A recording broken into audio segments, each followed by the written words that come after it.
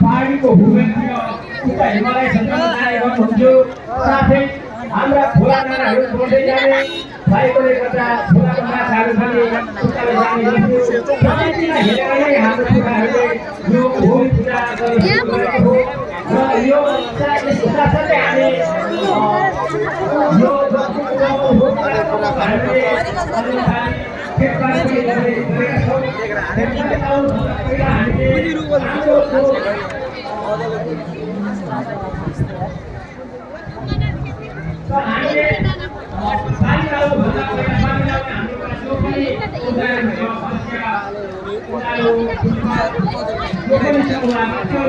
हाम्रो उदाहरण पूजा गरेर मात्रै हामी भित्राउनु सक्दैनौँ।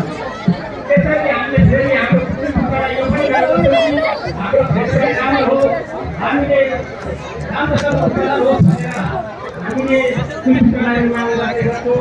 साथै हामीले यो पनि माग्ने गर्छौँ कि हाम्रो दुःख कष्टहरू हाम्रो सबैमा सुविधा होस्, कोही नराम्रो दुःख बिमार नहोस्, भय परे नजाओस् र राम्रो खालको वातावरणमा सबै मिलेर बसौँ र हामीले यसरी प्रकृतिलाई पनि पूजा गर्ने गर्छौँ। र यसै प्रकारले हामीले होलीमा पनि जब गर्मीदेखि जाडो सुरु हुन्छ, मुसिरी फुट्नेको बाद हामी फुट्नेमा हामीले होली पूजा गर्ने गरेका छौँ।